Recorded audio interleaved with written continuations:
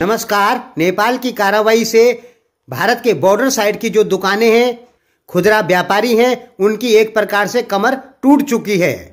कई सालों से वो लोग नेपालियों द्वारा खूब पैसे कमा रहे थे, लेकिन अचानक से नेपाल सरकार ने नियम बनाया कि 100 रुपए से ऊपर का सामान पे नेपाल का टैक्स लगेगा।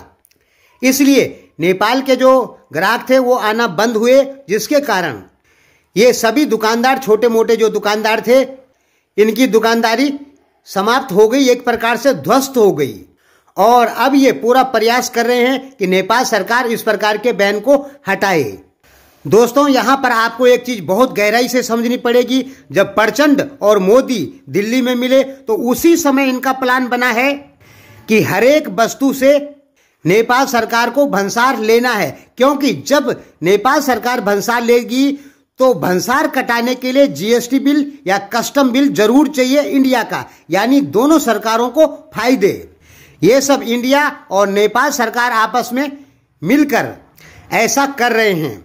दोस्तों, सही बात जानिए, गलत बिल्कुल मत जानिए, क्योंकि हो सकता है कि कुछ लोग आपको गलत बताएं कि ये नेपाल की कार्रवाई है। नहीं दोस्तों, ये मोदी और प्रचंड जब दिल्ली में मिले तब इन मुद्दों पर बात हुई और उसके बाद नेपाल ने ये नियम लगाया। इससे है क्या कि भारत सरकार को भी टैक्स बढ़ेगा और नेपाल सरकार का भी टैक्स बढ़ेगा। लेकिन दोस्तों, इसमें ध्यान रखिए, भारत के खुदरा व्यापारी जरूर ध्वस्त हो गए हैं, लेकिन भारत के जो बड़े होलसेलर हैं उनकी अब चांदी ही चांदी हो गई है।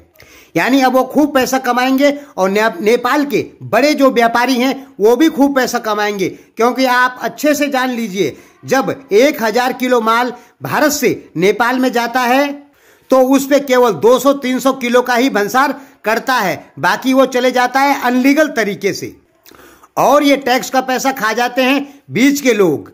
वही हुआ तस्करी।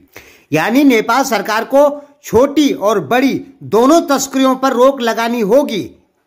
अभी केवल छोटी तस्करी पर रोक लगी है, बड़ी तस्करी पर नहीं लगी है। बड़ी तस्करी पर भी रोक लगाना जरूरी है। इससे नेपाल सरकार की भी अच्छी अर्निंग हो जाएगी और इंडियन सरकार की भी अच्छी अर्निंग हो जाएगी।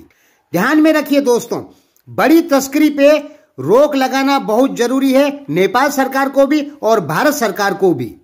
क्योंकि छोटे जो व्यापारी हैं उनका धंधा भले ही खत्म हो गया, लेकिन बड़े व्यापारियों का धंधा बिल्कुल भी खत्म नहीं होगा। धन्यवाद दोस्तों।